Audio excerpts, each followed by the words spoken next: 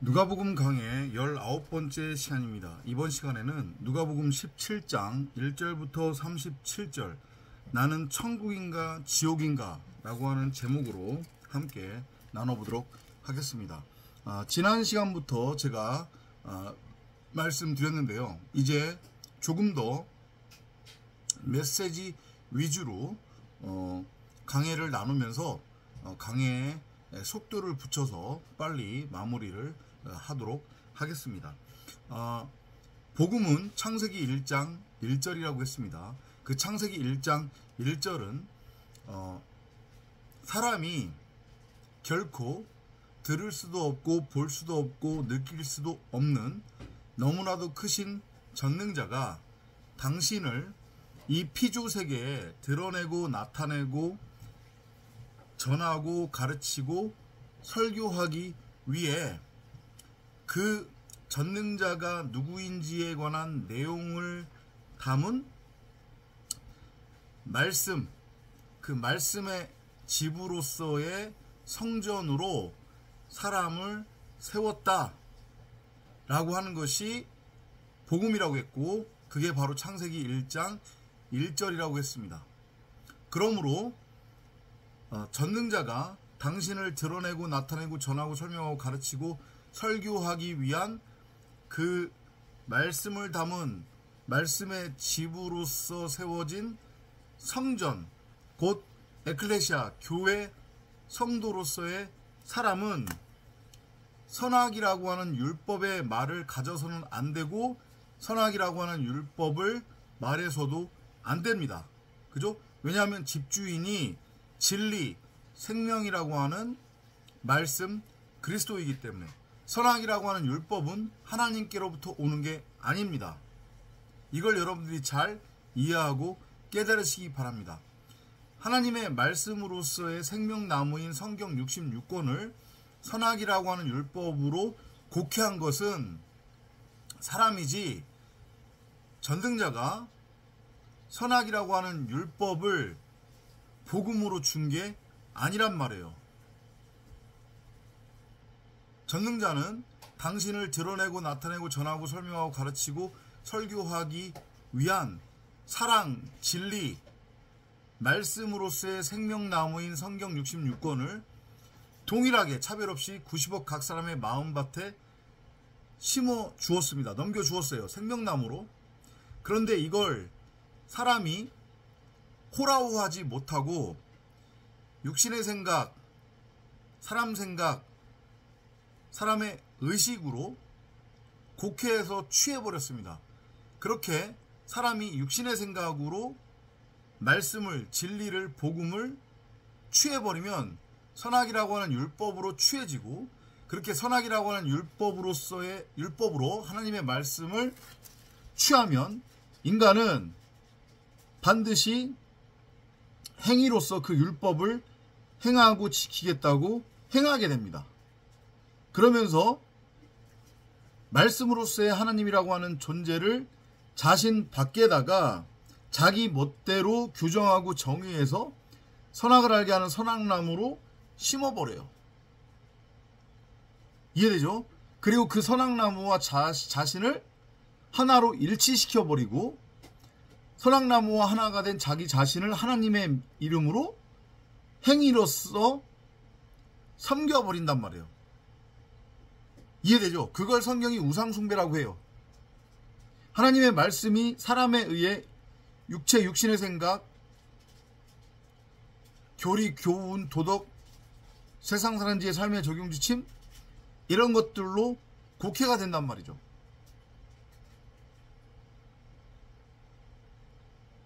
그러면 인간은 하나님이라고 하는 존재를, 신이라고 하는 존재를 어떻게 인지하게 되냐면 인과응보적 존재로 인지하게 돼요. 자신들이 규정하고 정의한 선악의 율법 중에서 선을 행하면 자신들에게 복 주는 그런 존재, 악을 행하면 마땅히 그것에 대해서 심판하고 벌을 주는 그런 존재로 신을 규정하게 된단 말이에요. 인간은 자신들이 규정하고 정의한 선악의 율법을 가지고 신을 자신 밖에 형상으로 만들어버림으로써, 그리고 그렇게 자신들이 멋대로 규정하고 정의한 선악의 율법을 온전하게 행하고 혹은 행하려고 애쓰는 것이 바로 올바른 인생이고, 그러면 이 땅에서 복 받는 거고, 그래서 사람들의 삶이 변화가 되는 것이 하나님의 원함이고, 그게 바로 하나님의 뜻을 드러내는 거고 하나님께 영광이 되는 거다, 이렇게 넘어간단 말이죠. 그런데 성경은 그걸 죄라고 해요. 전능자가 당신을 드러내고 나타내고 전하고 설명하고 가르치기 위해 말을 담아서 사람을 지어 이 땅에 보냈단 말이에요. 근데 그 전능자가 사람에게 담은 그 말이라고 하는 것, 곧 말씀이 육신이 된 상태로서의 사람은, 그게 바로 성전인데, 말하는 성전입니다. 그 사람은 선악의 율법을 말할 수 없단 말이에요. 왜냐하면 전능자가 사람에게 심어둔 그 말씀, 진리, 복음이라고 하는 것은 선악이라고 하는 율법이 아니기 때문에, 인간이 규정하는, 아셨어요? 무슨 얘기인지? 이게 쉬운 것 같은데 쉽지 않단 말이죠.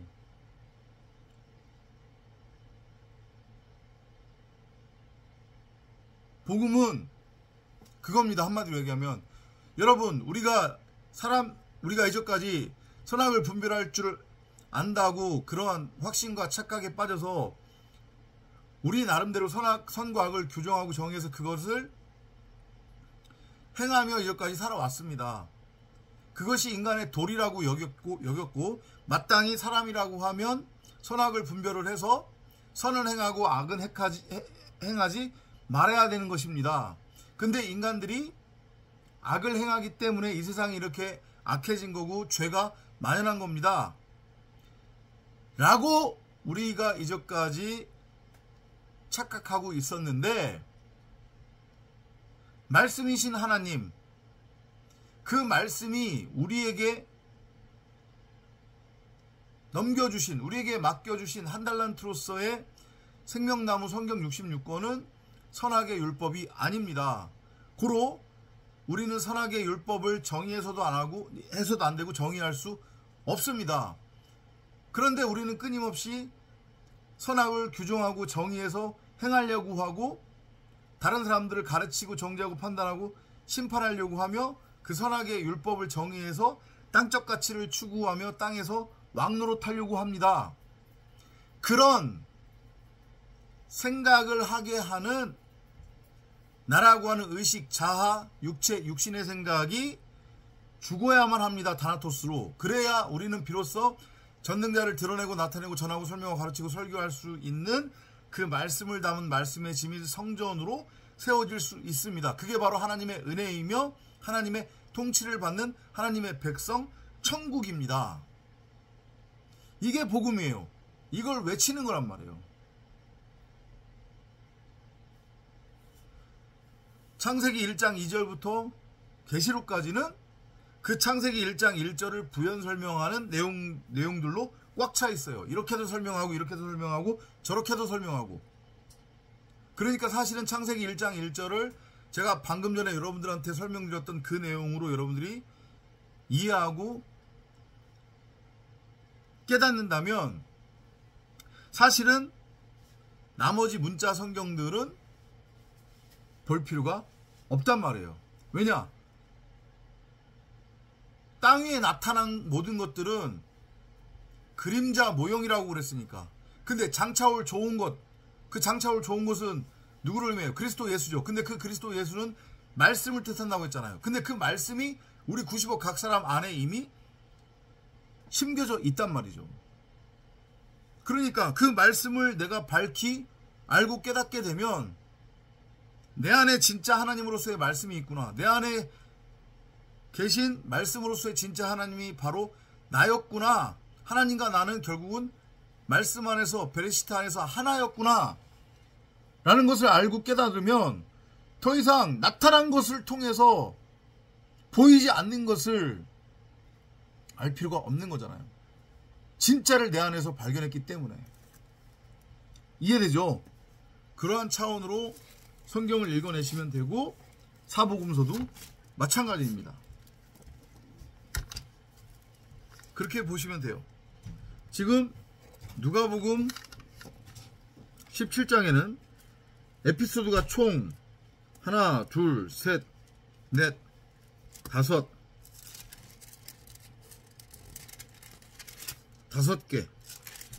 개가 등장을 합니다. 근데 결국은 이 5가지 에피소드 다 뭘 설명하는 거예요? 우리 방금 전에 나누었던 그 창세기 1장 1절 얘기하는 거예요. 반복해서 더 이상 말씀드리지 않겠습니다. 그 창세기 1장 1절의 의미가. 그죠? 첫 번째 에피소드는 용서에 관한 이야기예요. 용서. 그 용서가 바로 은혜의 품삯이라고 하는 거거든요.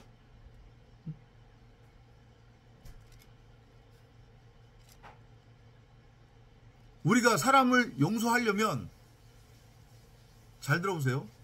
우리가 사람을 용서하려면 내가 먼저 내 스스로에게 용서받아야 돼요. 그게 무슨 얘기냐? 나의 육신의 생각이 살아있는 한 내가 누군가를 용서한다고 해서 그게 진정으로 용서가 되는 게 아니란 말이에요. 여기서 응어리가 맺혀져 있을 뿐이지 속에서는 불불 타오르는데 어쩔 수 없이 포기하고 용서한단 말이에요. 근데 사람들은 그것마저도 자기 의로 챙긴단 말이죠. 진정한 용서는 내가 누구인지를 알고 깨달았을 때 이루어지는 거예요. 내가 누구라고 했습니까? 90억 각 사람 여러분이 누구라고 했습니까? 전능자를 드러내고 나타내고 전하고 설명하고 가르치고 설교하는 그 말씀을 담은 말씀의 집으로서의 성전이 여러분의 본 모습이에요. 성전 안에 담겨져 있는 그 말씀은 선악의 율법이 아니란 말이에요. 그러니까 여러분들 입에서는 선악의 율법이 나오면 안 돼요. 근데 이제까지 선악의 율법을 계속 말해왔잖아요. 그리고 그렇게 여러분들이 가지고 있는 그 선악의 율법을 행하며 땅적 가치를 추구하고 있었잖아요. 선악의 율법이 말씀이 아니라고 하는 것을 알고 깨닫는 거예요. 그 전적인 예는 만약에 선악의 율법이 하나님의 말씀으로서의 진리라고 하면 우리는 하나님의 자녀들이기 때문에 그렇잖아요. 그죠? 사람은 하나님의 자녀로 기본적으로 만들어진 거예요. 90억 각 사람이 동의, 자신들 입장에서 하나님을 믿는다고 하든 믿지 않는다고 하든, 그러면 만약에 선악의 율법이 말씀으로서의 하나님이다라고 하면 우리는 온전하게 그 율법을 행위로 행해야 되고 이 땅에 인간이 규정하는 죄라고 하는 것이 만연해서는 안 돼요. 이렇게 세상이 엉망진창 지죽박죽이어서는 안 된단 말이에요. 그래서 그걸 보더라도 로마서에서도 그래서 나오는 거잖아요. 그래서 율법은 죄를 알게 함이지 그걸 행하라고 준 게 아니다.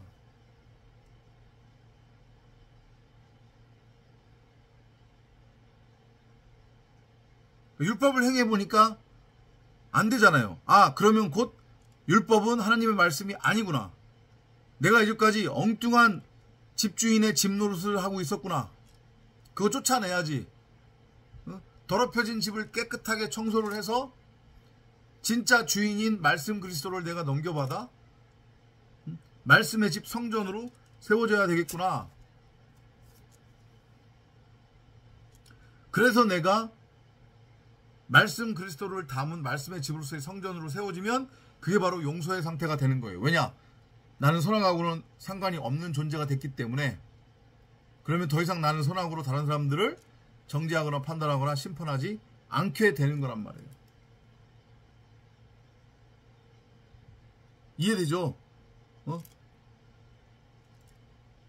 내 밖에 있지도 않은 선악나무와 내가 하나가 되어 그 선악나무를 내 이름으로 우상으로 섬기고 있었잖아요. 그건 하나님과의 이혼을 의미하고, 말씀으로서의 하나님과 이혼을 의미하며 말씀으로서의 하나님과 대적함을 의미한단 말이에요. 용서가 안 돼요, 그건. 근데 그렇게 선악을 분별할 수 있다라고 착각하게 만들었던 내 육신의 생각, 의식이 죽음으로 인해서 나는 더 이상 선악하고는 아무런 상관이 없는 상태가 됐어요. 그게 바로 용서란 말이에요. 용서의 의미. 그래서 17장 4절에 보면 하루에 7번이라도 너가 죄를 짓고 7번 내게 돌아와 내가 회개하노라 하거든 너는 용서하라 하시더라. 여기서 하필이면 7이 나오잖아요. 용서에 대한 7. 7은 아들 수, 완성의 수예요. 진리로의 완성을 의미하는 거란 말이에요.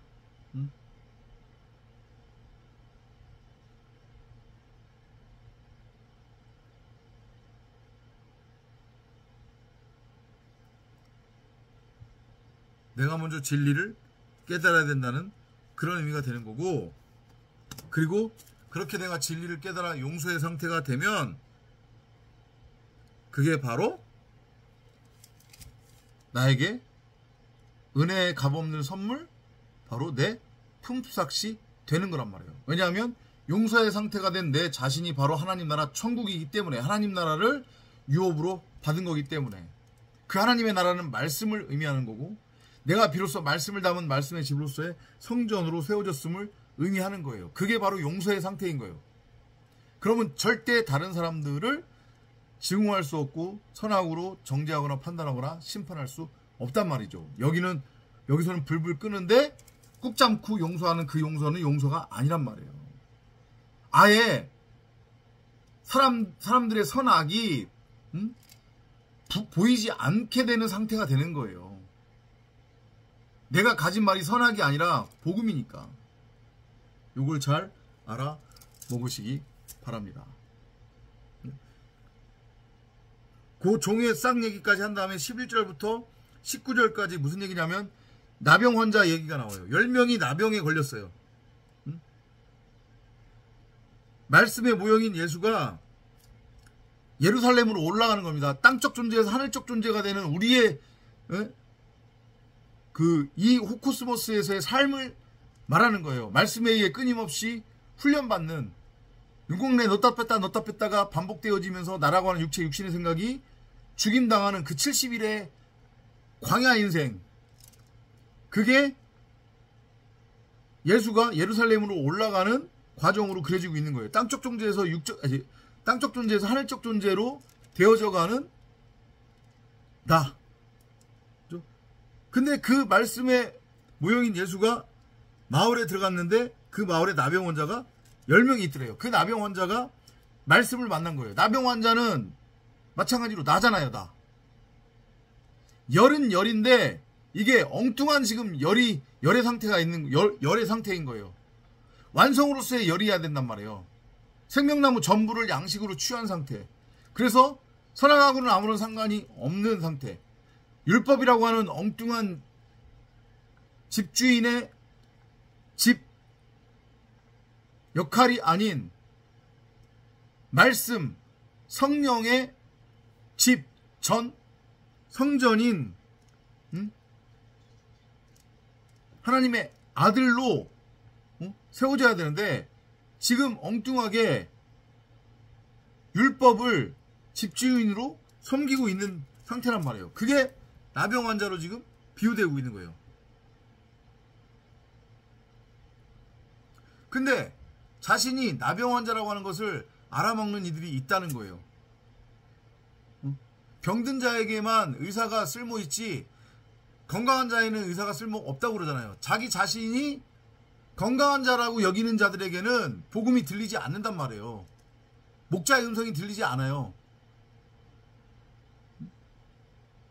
하나님을 믿는다고 하는 것의 의미, 하나님처럼 된다고 하는 것의 의미를 선악을 규정하고 정의해서 그 선악을 행위로 행하는 것으로 오해하고 있는 자들, 자기 입으로 하나님을 믿는다고 고백하든 믿지 않는다고 고백하든 스스로 선악의 주체가 되어 선악을 열심히 분별하고 행하며 땅적 가치로 살아가는 자들에게 의사는 필요 없어요. 그들에게는 복음이 들려지지 않는단 말이에요. 그런데 그 중에 푸터코스, 심령이 가난한 자, 자기가 의사가 필요한 나병 환자라고 하는 것을 알아먹는 이들이 있다는 거예요. 자기에게 진짜 있어야 될 양식은 땅의 양식이 아닌 하늘 양식, 영의 양식, 말씀이 필요하다고 하는 것을 알아먹는 자들이 있다는 거예요. 그들은 목자의 음성을 알아먹고 목자에게 오는 거예요. 그리고 그 나병이 치유가 되는 거란 말이죠. 이해되죠? 무슨 얘기인지? 네, 여기 이제 15절을 보면은요, 17장 15절입니다. 잠깐 읽어볼게요. On their way they were healed. 그렇게 10명의 나병 환자가 말씀을 만나 회복이 됐습니다. 치유가 됐습니다. When one of them discovered that he was healed. 근데 자신들이 치유됐다고 하는 것을 못 알아먹는 거예요. 이해되죠? 자신들이 치유가 됐다고 하는 것을 못 알아먹어요. 그러면 그게 치유가 된 걸까요? 아니요, 치유된 게 아니죠. 그거는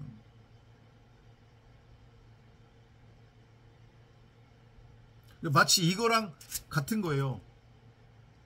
나 자신에게 끊임없이 참복음 참진리를 들려줘서 선악을 분별할 수 있다라고 하는 착각에 빠지게 만든 내 의식, 육체, 육신의 생각, 내 자아가 죽도록, 죽임당하도록 해야 되는데, 진리는 들었어. 근데 그 들은 진리를 지식적으로만 취하는 거예요.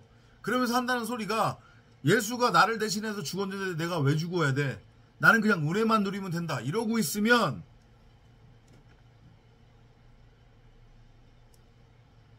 복음을 듣기는 들었어.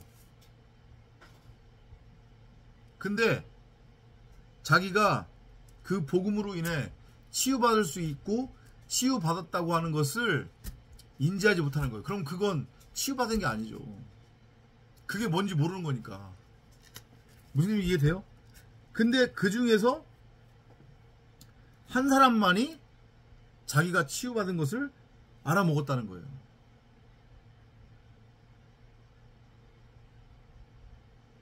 나머지 9은 자기가 뭘 구해야 될지도 모른 채 그냥 눈에 보이는 것, 나타난 것, 땅적인 수준으로 자신의 병이 낫기를 구한 거였고, 그리고 그들은 그 자신들의 병의 의미, 그 병이 치유된다고 하는 것의 의미가 뭔지 모른 채 그냥 나타난 것으로 이적과 기적 수준으로만 치유를 받아 들인 거란 말이에요. 신비주의자나 마치 은사주의자들처럼. 무슨 의미인지 이해되시죠? 그죠? 그렇게 이 장면은 이해를 하시면 될 것 같습니다. 그게 바로 그거잖아요. 9 플러스 1이잖아요. 지금 9은 못 알아먹었어요. 근데 하나는 알아먹었죠. 그죠? 그 하나가 뭐를 의미하는 거예요? 뭐의 모형이에요? 길 잃은 한 마리의 양. 9은 율법의 모형이란 말이에요. 한 마리가 찾은 바 되어야 비로소 9 플러스 1이 돼서 10으로 아들의 수로 완성이 되는 거예요. 율법을 통해 진리를 알아먹어야 된다는 그런 메시지로도 이해를 하셔도 된단 말이죠. 이해되죠? 무슨 얘기인지? 근데 아무튼 9명은 자기가 치유받았다는 것조차도 알아차리지 못했다는 거죠. 그리고 이 한 사람, 여기 지금 우리말 성경에는 이방인이라고 되어 있는데요. 여기 원어에도 이방인이라고 되어 있네요. 이방인만이 하나님께 영광을 돌리라. 이거 비유적인 거죠. 율법에 매여서 말씀으로서의 하나님을 선악이라고 하는 율법으로 곡해해서 담고 있으면서 그 율법을 열심히 행하는 게 바로 하나님처럼 되는 것이고, 그게 하나님을 믿는 것이고 하나님의 자녀가 되는 거라고 오해하고 있었던 유대인들을 지금 비꼬는 그런 비유인 거죠. 그걸로는 너희들이 나를 담아낼 수 없다. 너희가 끝까지 스스로 선악의 주체가 되어 선악을 분별할 수 있다라고 하는 그런 착각에 빠져 있으면 절대 그러한 육정과 혈통을 따르는 육신의 생각으로는 나를 담아낼 수 없다. 그 진의를 뭔지 알아먹어야 비로소 너희들이 나를 담는 그릇이 되는 거지, 성전이 되는 거지. 그 의미는 알지도 못한 채 듣기만 하면 뭐하니. 이런 비유인 거죠, 일종의. 그렇죠? 그리고 나서 이제 20절부터 하나님 나라의 도래에 관한 이야기가 전개가 됩니다. 그러니까 지금 앞에서 보면 용서의 상태가 되어 그 은혜의 품삯으로서 용서를 내가 선물로 받은 자들, 그러면 그게 결국 뭐냐면, 아, 내가 바로 나병 환자였구나 라는 것을 알아먹고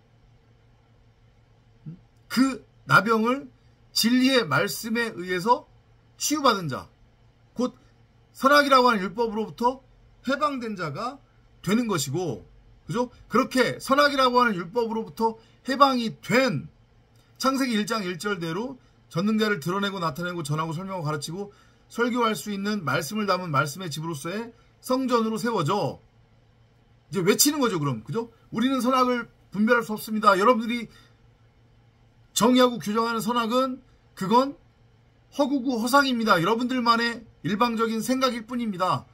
여러분들이 규정하고 정의한 선악을 행한다고 한들 여러분이 하나님처럼 될 수 있는 게 아닙니다. 왜냐? 하나님은 선악으로 사람들을 정죄하거나 판단하거나 심판하지 않기 때문입니다. 하나님, 말씀으로서의 하나님은 율법이 아닙니다. 말씀으로서의 하나님은 사람들을 율법으로 정죄하거나 판단하거나 심판하지 않습니다. 이걸 외치는 거죠. 그게 바로 하나님 나라의 도래의 의미인 거예요. 내가 용서의 상태가 된 성전, 말하는 성전이 성전으로 세워지면 바로 그런 내가 하나님의 나라라니까요. 내 안에 하나님 나라가 임한 거예요.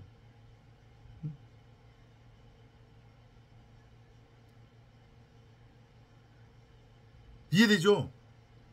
이 지금 20절부터는 소위 말하는 종말 강화하고도 연결이 되는 거예요. 내용이 거의 비슷합니다. 그죠? 그런 내용으로 이해를 하시면 되는 거예요.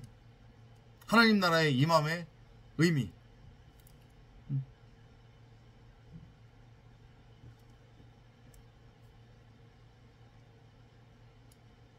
마지막 나팔 소리로서의 복음이 들려지고, 마지막 나팔 소리로 나에게 끊임없이 들려지는 복음이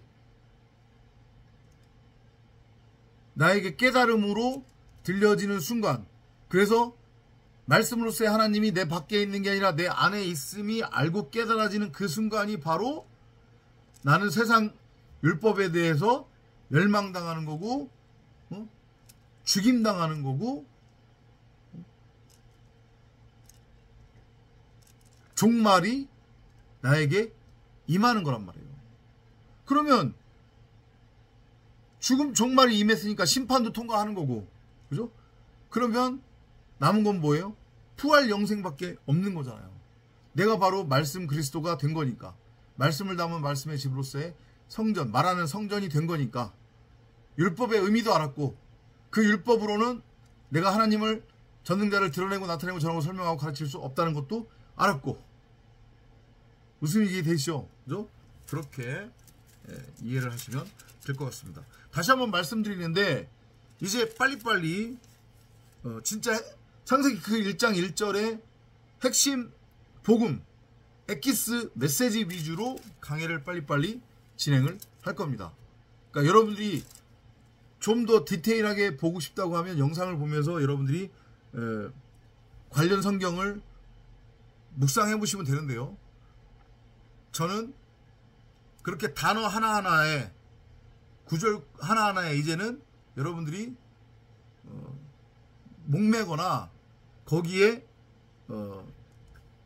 매달리지 마시고, 말씀드렸지만 창세기 1장 1절을 설명하는 게 창세기 1장 2절부터 계시록까지의 내용이라고 그랬기 때문에 창세기 1장 1절을 여러분들이 저희가 지금 나누고 있는 그 진리 복음으로 깨달았다고 하면 설사 중간에 창세기 1장 1절을 설명하기 위한 에피소드로 들어가 있는 그 내용들을 이해하지 못한다고 할지라도 그건 아무런 문제가 되지 않는단 말이에요. 아시죠? 무슨 의미인지.